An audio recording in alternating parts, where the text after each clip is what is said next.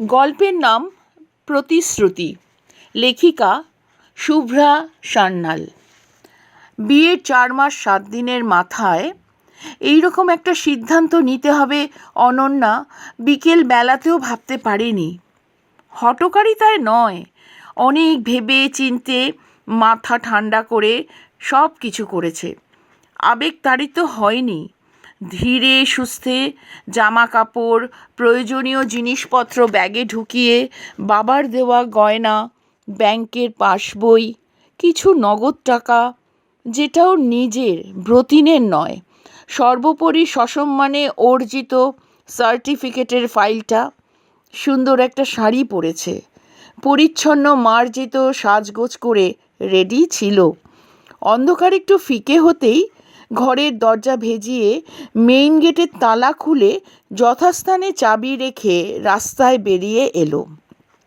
কেউ টের পায়নি। বাবার কথাও নয়, বেহালা চৌরাস্তার জনাকীর্ণ ব্যস্ততার সবে ঘুম ভেঙেছে। বড় রাস্তা ধরে খানিকটা এগোতেই একটা ট্যাক্সি পেয়ে অনন্যা সোজা চলে এলো হাওড়া স্টেশনে। লোকাল ট্রেন দাঁড়িয়ে আছে। এখনই বাবার কাছে নিশ্চিন্ত আশ্রয়ে চলে যাওয়া যায়, তাতে লাভ নেই। ক্ষতস্থান ওপর থেকে শুকোবে, পচন থেকেই যাবে। ব্রতিনরা বারবার ঝামেলা করবে, কিন্তু বাবাকে জানাতেই হবে। স্টেশনের একটা চেয়ারে বসে পেন আর রাইটিং প্যাড বার করে অনন্যা লিখতে শুরু করলো। শ্রীচরণেষু বাবা, তোমার সোনামণিকে ক্ষমা করো। গত 4 মাস ধরে নিজের সঙ্গে যুদ্ধ করতে করতে আজ আমি পিঠে বর্ষা বেঁধা সৈনিক। প্রতিশ্রুতি রক্ষা করার দায়ে আমরা দুজনেই অঙ্গীকারবদ্ধ হয়েছিলাম, কিন্তু কিছুতেই শেষ রক্ষা করতে পারলাম না। যত সহজে চিঠিটা লিখে ফেলবে ভেবেছিল, কাজটা তত সহজ হলো না। 26 বছরের জীবনের নাগরদোলার ঘূর্ণি পাকে অনন্যা ঘুরতে লাগলো।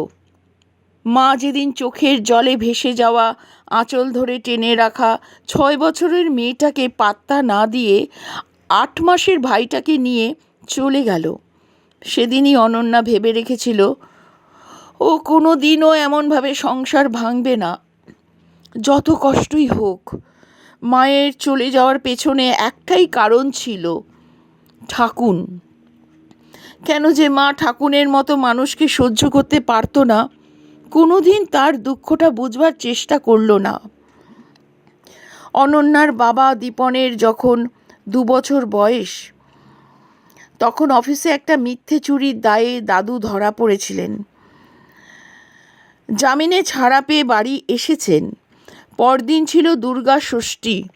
ঠাকুন পাড়ার অন্যান্য বউদের সঙ্গে লাল পাড় গরদের শাড়ি পরে দুর্গা মণ্ডপে পুজো দিতে গিয়েছিলেন। বাড়ি এসে দেখেন দাদু কড়ি কাঠের সঙ্গে গলায় ফাঁস লাগিয়ে ঝুলছেন। হাত থেকে পড়ে গেল প্রসাদী থালা। ছোট দীপনকে বুকে জড়িয়ে পাথরের মতো বসেছিলেন। লোকজন, থানা পুলিশ, পোস্টমর্টেম, মর্গ, শ্মশান, অনেক কিছুর মধ্যে দিয়ে বোধনেই বাজল বিসর্জনের বাজনা। পরে অবশ্য দাদুর নির্দোষিতা প্রমাণিত হয়েছিল। সেই দিন থেকে ঠাকুন কোনো মন্দিরে যাননি। ওদের বাড়িতে ধূপকাঠি জ্বলত শুধুমাত্র রবি ঠাকুরের ফটোর সামনে। মার আবার পুজো আচ্চা, মাদুলি, তাবিজ, জ্যোতিষী সব কিছুর ওপর অগাধ আস্থা। ঠাকুরের ঈশ্বর বিদ্বেষ নিয়ে প্রায় বাবার কাছে অনুযোগ করত। বাবা অনেক বোঝাতেন, বলতেন মা তো তোমার কোনো কাজে বাধা দেন না, শুধু শুধু আমার কাছে ঘ্যান ঘ্যান করো কেন। মা তবুও গজগজ করতো, এমন নাস্তিক মেয়ে মানুষ বাবা জন্মে দেখিনি। সেদিন ঠিক কী হয়েছিল অনন্যা জানে না। স্কুল থেকে ফিরে এসে দেখল ঠাকুরের ফর্সা মুখে শরীরের সব রক্ত যেন জমা হয়েছে। মায়ের মুখও থমথম করছে। অন্য দিনের মতো কেউ ওর সঙ্গে কথা বলল না। খাবার নিয়ে সাদাসাদিও নয়। এই পরিবেশে ভাইয়ের সঙ্গে খেলাটাও জমল না। বাবা কলেজে অঙ্ক পড়ান। অনন্যার চোখে বিশ্বের সেরা পণ্ডিত মানুষ। তাই কথায় লেখো, সংখ্যায় লেখো, যোগ বিয়োগ এইসব কঠিন অঙ্কগুলো নিয়ে সন্ধেবেলা বাবার সামনেই পড়তে বসতে হয়। ঠাকুর সে সময় এসে বাবাকে বলেছিলেন, দীপু, আমাকে কিছুদিন দিদির বাড়ি রেখে আসবি? ঈশান কোণের কালো মেঘ বুদ্ধিমান বাবার দৃষ্টি এড়ায়নি। সেই দৃঢ় কণ্ঠস্বর আজও অনন্যার কানে বাজে। মা, এই বাড়ির প্রতিটি ইটের মধ্যে তোমার কি ত্যাগ আর পরিশ্রম মিশে আছে আমি জানি। তোমার সঙ্গে যে মানিয়ে থাকতে পারবে না সে চলে যাবে, তুমি না। খোঁচা খাওয়া বাঘের মতো মা তীব্র গর্জন করে উঠলেন, সেই রাতেই চলে যাবে। ঠাকুর শুধু পায়ে ধরতে বাকি রেখেছিলেন। যেদি মা শোনেনি, ঠাকুরকে যা মুখে এসেছে বলে গেছে। বাবা গম্ভীর গলায় বলেছিলেন, রাতে নয়, সকালে যাবে। সেই রাতে কারো খাওয়া হয়নি, খিদেও পায়নি। অনন্যা ঘুমোতে পারছিল না, ঘুমের ভান করে শুয়েছিল। কিছু কথাবার্তা কানে এসেছিল। এত কর্তব্যপরায়ণ দায়িত্বশীল মানুষ ছেলে মেয়ে স্ত্রীকে তাড়ায় কী করে? আমরা কেউ তোমায় তাড়াইনি, তুমি নিজের ইচ্ছায় চলে যাচ্ছ। ওই রকম পিচাসী শাশুড়ির সঙ্গে কেউ ঘর করতে পারে না। মুখ সামলে কথা বলো। আমার যে শিক্ষা, চাকরি, মান সম্মান দেখে তোমার বাবা বিয়ে দিয়েছেন, তা সম্ভব হয়েছে আমার মায়ের জন্য। কোনো কারণেই তাকে ত্যাগ করতে পারবো না, দুঃখ দিতেও পারবো না। মা অনন্যাকে নিয়ে যেতে চেয়েছিল, কিন্তু বাবা ঠাকুরকে ছেড়ে থাকতে পারবে না। এদিকে মা ভাইকে ছাড়তে ইচ্ছে করছিল না। তাই তো ছোট ছোট হাতে পাহাড় থেকে গড়িয়ে পড়া পাথরের বিশাল চাইটাকে ধরে রাখতে চেয়েছিল অনন্যা, পারেনি। মা চলে গেল মামার বাড়ি। ও প্রতি মাসের 1 তারিখে বাবার সঙ্গে যেত। অপমান গঞ্জনা সহ্য করেও ঠাকুর শ্বশুরবাড়িতে পড়েছিলেন। যেদিন তার অন্ধের যষ্টি দীপুকে চোরের ছেলে শুনতে হলো, সেদিন আর পারলেন না। ডিগ্রি ছিল না, একজনের দয়াতে শ্রীরামপুরের একটা স্কুলে আয়ার কাজ করে ছেলেকে লেখাপড়া শিখিয়েছেন, মানুষ করেছেন। অনন্যা এসব কথা শুনেছে ওর বাবার কাছে। তার অনুভব করেছে মায়ের প্রতি তার অসীম শ্রদ্ধা। ওর নিজের লেখাপড়ার পিছনেও ঠাকুরের ভূমিকা। মাকে আর পেল কোথায়? হায়ার সেকেন্ডারিতে অঙ্কে 90% নম্বর পেয়েও অনন্যা বাবাকে বলল, ইংরেজি সাহিত্য নিয়ে পড়ব। বাবা আপত্তি করেননি, কারণ অঙ্কের বিশ্লেষণী শক্তি সাহিত্যের সূক্ষ্ম রসোদ্ধারে সাহায্যই করবে। ভালো নম্বর নিয়ে MA পাশ করে বাবারই কলেজে একটা লিভ ভ্যাকান্সিতে কিছুদিন পড়িয়েছিল অনন্যা। তারপর রিসার্চের তোড়জোড় করতে করতেই বিয়ে হয়ে গেল। অনন্যা যখন স্কুলে পড়তো তখনই ব্রতিনের সঙ্গে বিয়ে ঠিক হয়েছিল। ও জানতো না। 2 ঠাকুমা মিলে নাতি নাতনির বৈবাহিক সম্বন্ধ করে আত্মীয়তার গাঁটছড়া বেঁধে গিয়েছিলেন। ব্রতিনের বাবা অনিমেষের সঙ্গে দীপনেরও একসময় বন্ধুত্ব ছিল। ব্রতিন লেখাপড়া শিখেছে, ভালো চাকরি করে, পাত্র হিসাবে খারাপ নয়। অনিমেষ শ্রীরামপুর ছেড়ে বেহালাতে বাড়ি করেছে। সর্বোপরি স্বর্গগতা মায়ের নির্বাচিত পাত্র। দীপন নিজেই উদ্যোগ নিয়েছিলেন। ঠাকুরের প্রতিশ্রুতি অনন্যাও মেনে নিয়েছিল। মার অবশ্য আপত্তি ছিল, শুধুমাত্র ঠাকুরের নির্বাচন বলে। নিজেকে বঞ্চিত করে এত বছর পরেও মা ঠাকুরকে মেনে নিতে পারল না। ঠাকুর কিন্তু মাকে কখনো অমর্যাদা করেননি। মারা যাবার বেশ কিছুদিন আগে নিজে গিয়ে মার কাছে ক্ষমা চেয়ে মাকে এ বাড়িতে নিয়ে এসেছেন। এখন বাবা মা ভাই সব একসঙ্গে থাকে, নয়তো বাবাকে একা রেখে অনন্যা কিছুতেই বিয়ে করতো না। বিয়ের 6 দিনের মাথায় অনন্যা প্রথম ধাক্কা খেলো। তখনও অষ্টমঙ্গলায় যাওয়া হয়নি। শাশুড়ির মহিলা সমিতির কয়েকজন সদস্যা এসেছিলেন। অনন্যা চা স্ন্যাক্স মিষ্টি নিয়ে ঘরে ঢুকতেই নিরুপমা দেবী বলে উঠলেন, এসো পরিচয় করিয়ে দিই। পরিচয় পর্ব শেষ হতেই তিনি বললেন, এরা কোদাইকানাল যাচ্ছে হানিমুনে।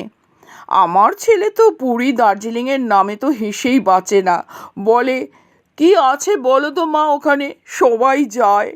আমি বলি, ওরে সবার কি ওর আর্থিক ক্ষমতা সমান?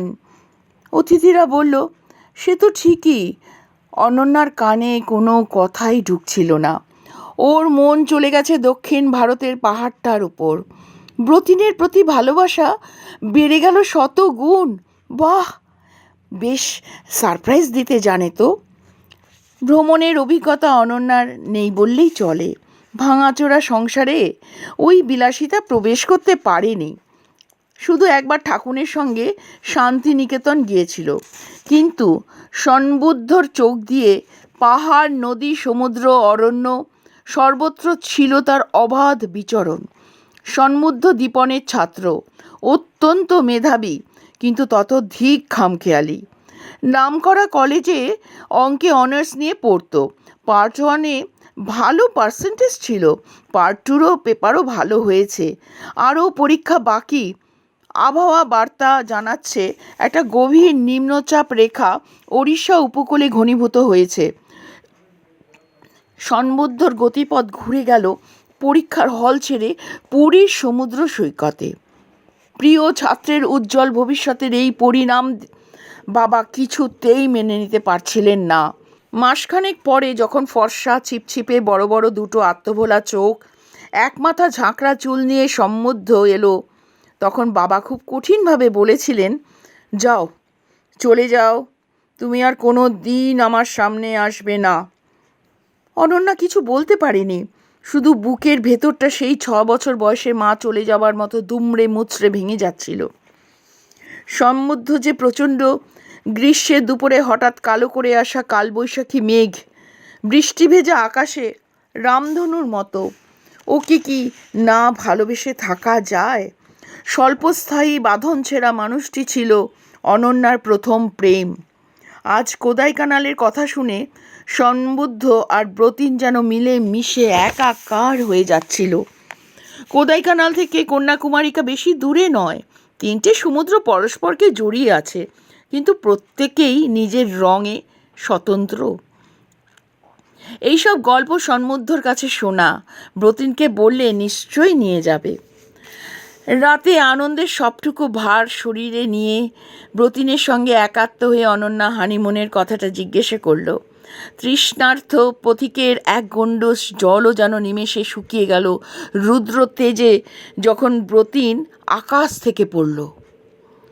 আমি হানিমুন? কোদাইকানাল? বাপের জন্মের নামই শুনিনি। কি খেয়েছ? পেট গরম হয়েছে নাকি?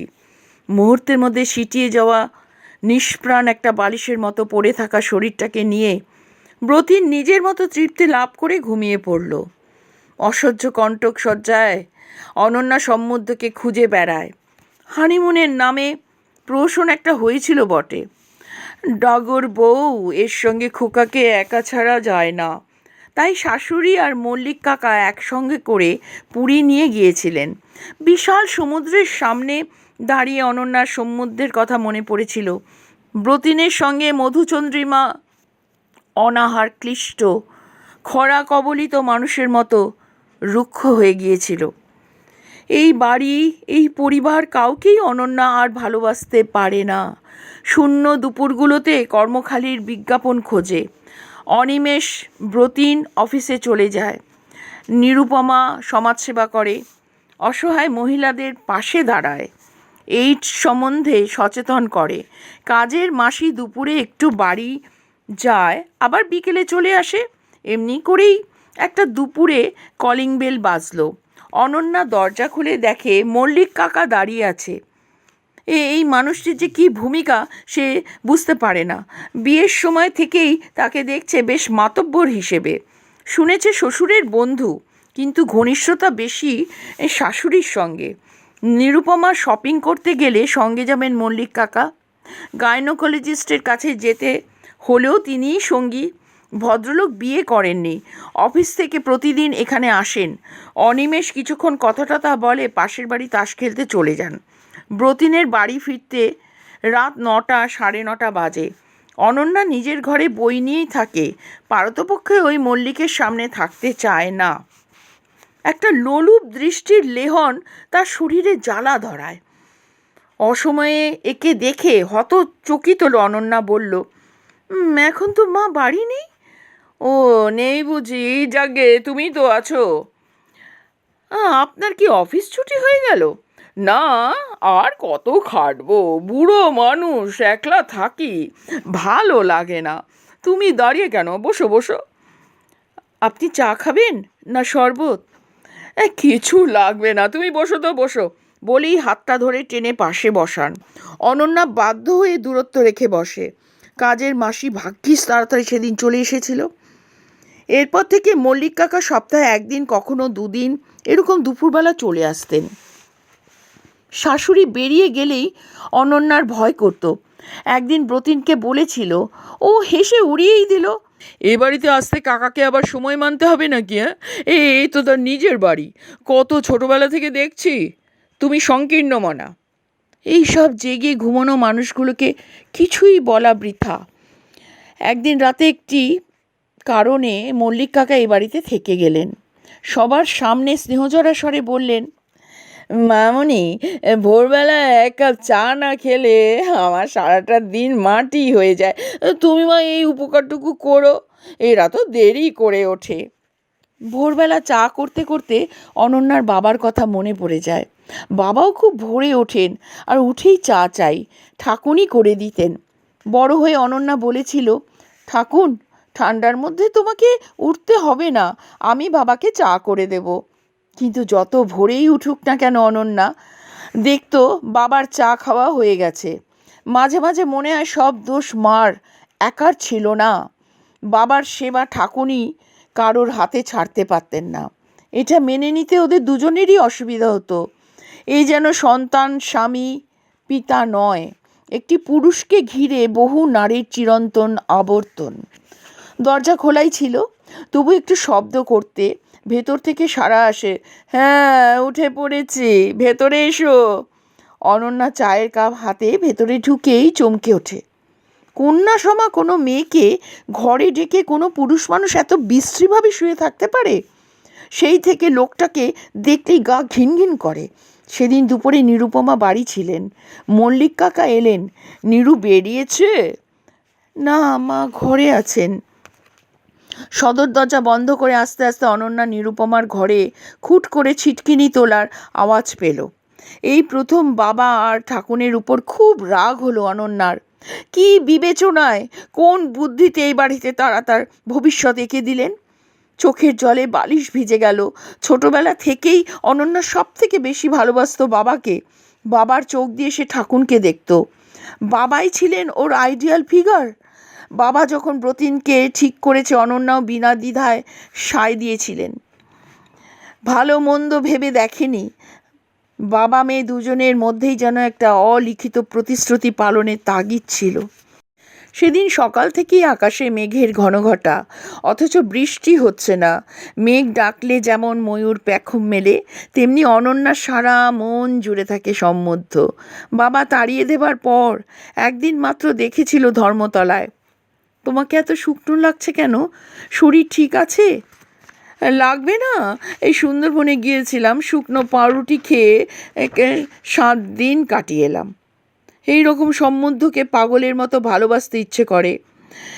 ভালো না বেশে পারা যায় না, কিন্তু ওকে স্বামী ভাবা যায় না, সন্তানের পিতা ভাবা যায় না, কঠিন বাস্তবে নামিয়ে আনা যায় না। দুপুরের দিকে বৃষ্টি নামলো। সম্বন্ধ আজ অনন্যাকে বড় উতলা করেছে। কোথায় আছে, কেমন আছে, কে জানে।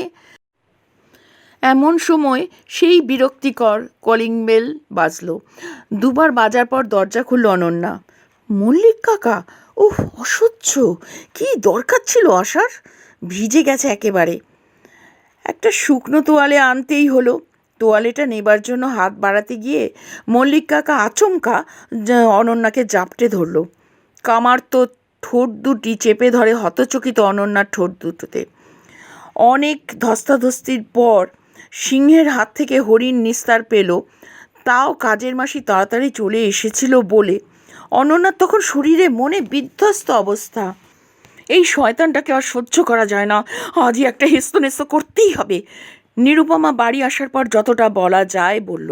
তাতেই অবাক হয়ে অত্যাচারিতা মহিলাদের ত্রাণ কর্ত্রী বললেন, কি আশ্চর্য! অমন ঋষির মতো মানুষের সম্বন্ধে এ কথা তুমি বলতে পারলে? বাড়ি ফাঁকা পেয়ে নিজেই তাকে ডেকে আনবার সময় মনে থাকে না? আজ মায়া এসে পড়েছে বলে সাধু সাজা হচ্ছে, হ্যাঁ? রূপোপজীবিনীর এমন কুৎসিত প্রতিশব্দ কোনো শাশুড়ি যে নিজের পুত্রবধূকে বলতে পারে সে কথা স্বপ্নেও ভাবতে পারিনি অনন্যা। ঘৃণায় লজ্জায় মাটিতে মিশে যেতে ইচ্ছে করছিল। ব্রতিনের কাছ থেকে অন্তত একটু সুবিচার পাওয়ার আশায় অনন্যা জিজ্ঞেস করেছিল, আমি এভাবে কি করে থাকবো? নেকা, সত্যি সাজা হচ্ছে, প্রত্যুত্তরে বিছানায় টেনে আনলো ব্রতিন। স্বামীর হাতে ধর্ষিতা হতে হতে এই সিদ্ধান্ত দৃঢ়ভাবে নিয়েছে অনন্যা। বেলা বাড়ার সঙ্গে সঙ্গে টিকিট কাউন্টারে ভিড় বাড়ছে।